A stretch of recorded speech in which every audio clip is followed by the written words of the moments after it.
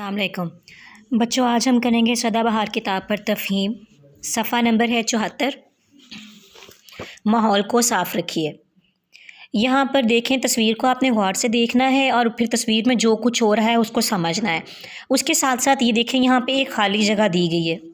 यहाँ पे कुछ बोर्ड्स लगे हुए हैं। इन बोर्ड्स पे आपने, ये नीचे 3 बोर्ड्स हैं, इनको पढ़ना है और उसी के मुताबिक उस जगह पर लिख देना है।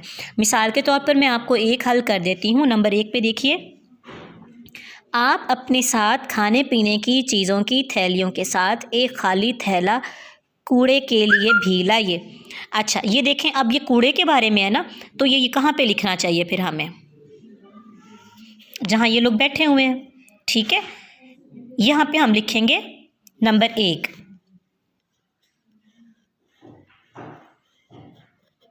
ठीक है।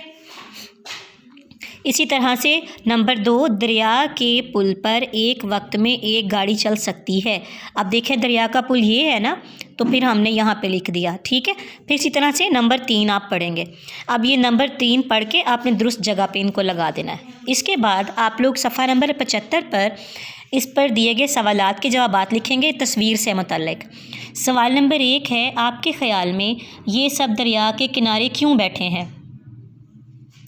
कौन से गलत काम किए जा रहे हैं?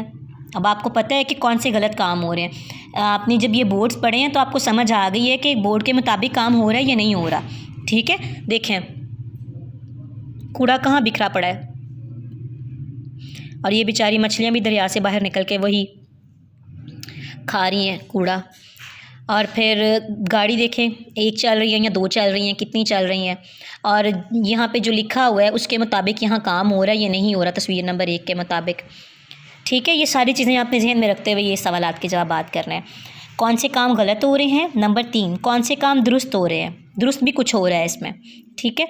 नंबर 4, क्या आप अपने घर और घर से बाहर दीगर जगहों पर सफाई का ख्याल रखते हैं? ये आपने अपने ख्यालात का इजहार करना है यहाँ पे। ठीक है, अपने मुताबिक जवाब देना है। सवाल नंबर 5, गंदगी से हमें और बाकी जानदारों को क्या क्या नुकसान हो सकते हैं? कोई से 2 नुकसान लिखिए। अब इन 2 नुकसान में से एक नुकसान तो आपके सामने तस्वीर में ही है। ठीक है। और फिर आपने उसके अलावा भी सोचना है कि हमें क्या नुकसान हो रहा है।